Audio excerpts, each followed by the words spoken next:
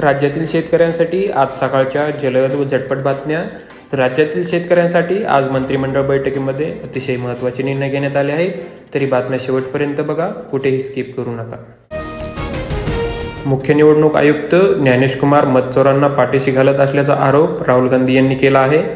Software वापरून मतदार यादीत हेराफेरी केली. मराठा समाजाला मोठा दिलासा. मराठा समाजाला कुणबी जातीचा दर्जा देण्याविरोधात याचिका फेटाळली. एका आठवड्यात खड्डे बुजवा, कंत्राटदारांवर कारवाई. उच्च न्यायालयाचे महापालिकांना आदेश. राज्यभरात 12 जणांचा मृत्यू.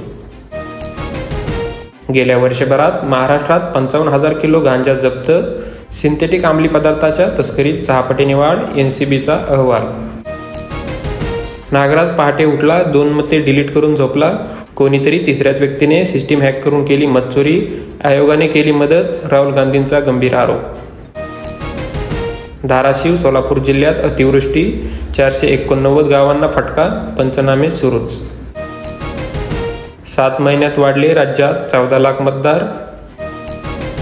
अंतरवाली सराटीत पोलिसांवर दगडफेक करणाऱ्यांना पाठबळ देणारे आमदार शरद पवार यांचेच.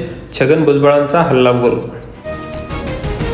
4 वर्षात देशातील श्रीमंतांची संख्या वाढली 90%. काकासमोरच 8 वर्षीय पुतण्याला बिबट्याने उचलून नेले. वाघाच्या हल्ल्यात महिलेचा मृत्यू. ग्रामस्थांचा संताप. खोडकिडा हाकलण्यासाठी बामणीत मध्यरात्री मांत्रिकाकडून उतारा. विज्ञान युगात अशी अंधश्रद्धा. शेतकऱ्यांनी गाव बंद करून उरकला विधी.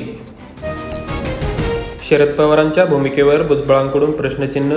अंतरवालीत पोलिसांवर दगडफेक करणाऱ्यांना पाठबळ देणारे त्यांचेच आमदार. न्यायालयात लढाई सुरू. 7 महिन्यात राज्यात वाढले 14 लाख मतदार.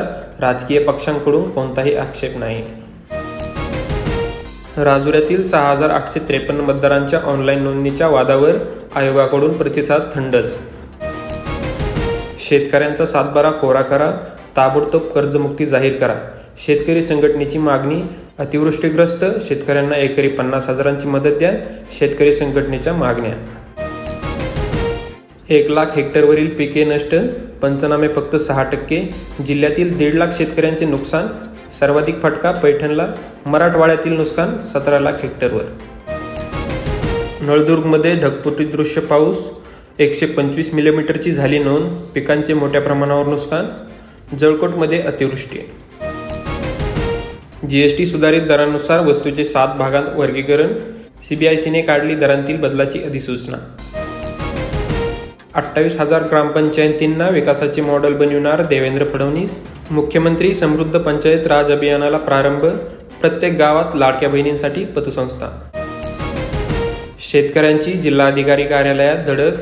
विविध प्रश्नावर निघाला जनाक्रोश मोर्चा. कापूस व केळी उत्पादकांचा आवाज बुलंद. शेतकरी संघटना व विविध राजकीय पक्षांचा सहभाग.